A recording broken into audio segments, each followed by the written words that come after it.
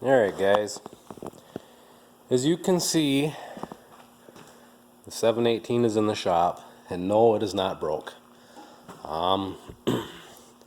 They're talking thunderstorms tomorrow, and the one field I was chopping is basically done. There's 5 rows left, which would be about a load. But I have to leave them until the insurance adjuster comes, and he hasn't been here yet. And I opened up the other field that's on the hill, but that corn is still too wet, and I need to move my hitch on here because the chopper box wants to slide sideways and it's rubbing on the next row of corn. So either I'm going to move that over, which is what I'm thinking I'm going to do, which I really don't want to, but I'm going to have to. So it's in here for that, and I'm going to make some modifications to my controls here. I'm going to raise this up to that hole, and then I'm going to put a bend in here so this comes out flat. So like right now it's pushed all the way back in reverse, and I did that on purpose because I'm going to put the bend right here so it's, when it's all the way back, it's still flat. It'll be flat to the front. And then as you can see, I put a mark here. Basically that's how high the handle is right now. And what I might actually do is move this up to here, drill a new hole, and then my plan is I'm going to weld a mount on here, and I'm going to cut that off and I'm going to move it down here somewhere so it's underneath this handle. I really don't adjust that much. I did today on that field on the hill. I chopped a load this morning, and it's not a full load, and then I chopped another between half to 2/3 of a load tonight. And on the side hill I adjust it so it fills the front of the wagon a little bit first, then the back, and that's the only time I really use it. Otherwise I just leave it so it pelts the back of the wagon up by the roof in the center, and then it fills the wagon 90% or better.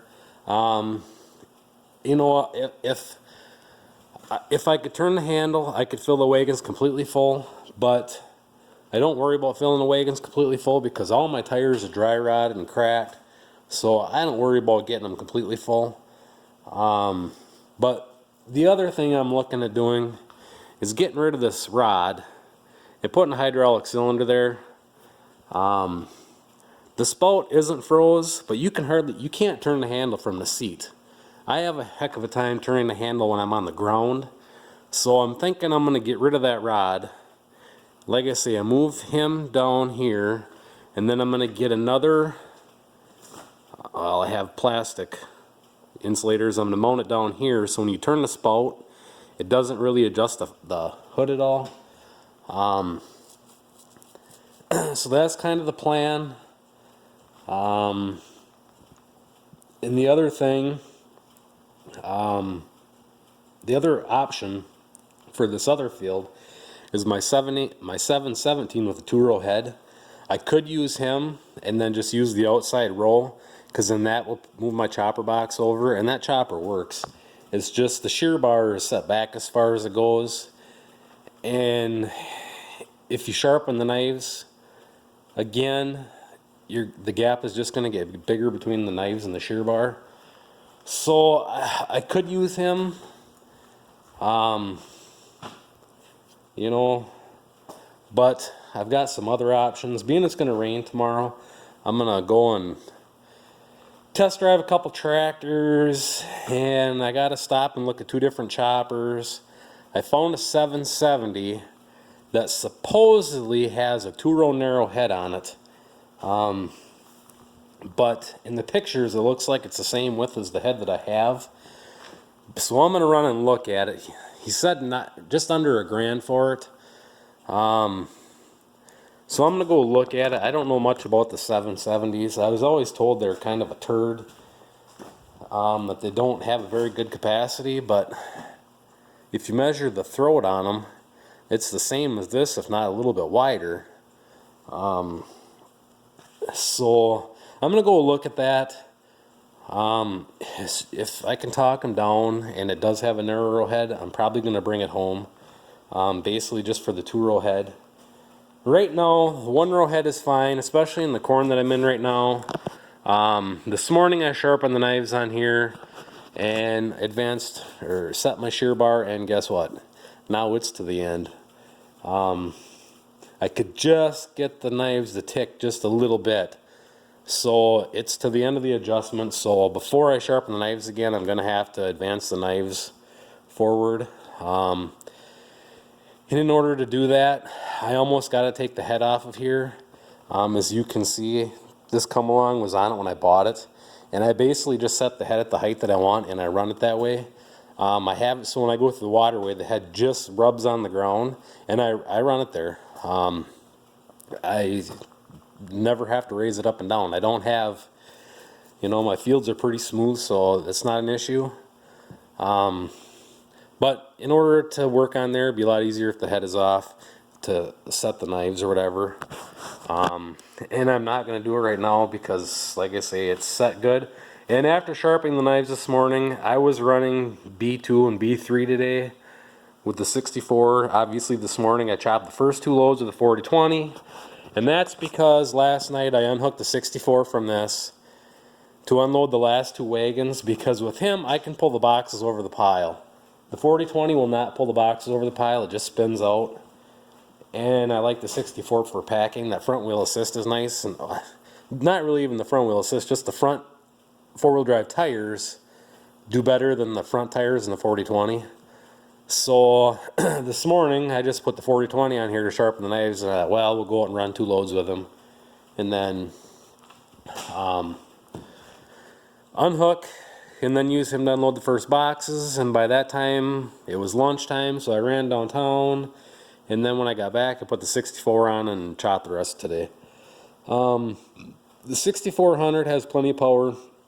The 40/20 has plenty of power, but the 40/20 seems to work more on here than the 64.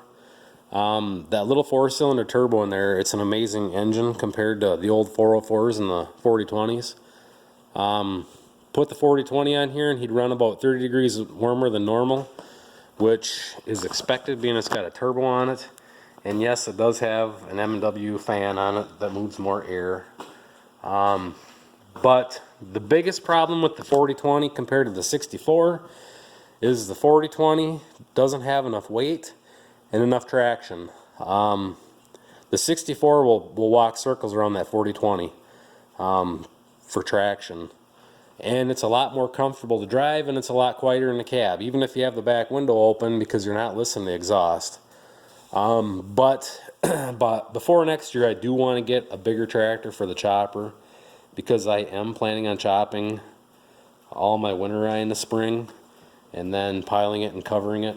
So, but the other thing, my neighbor also has a 770 that hasn't been used for probably 5 years now. It has a wide row head on it. Basically they told me I can have it for 150 bucks. It does work, or at least it did work. It's got electric controls on it. I'm gonna go look at that. Basically I'm probably just gonna buy it for parts.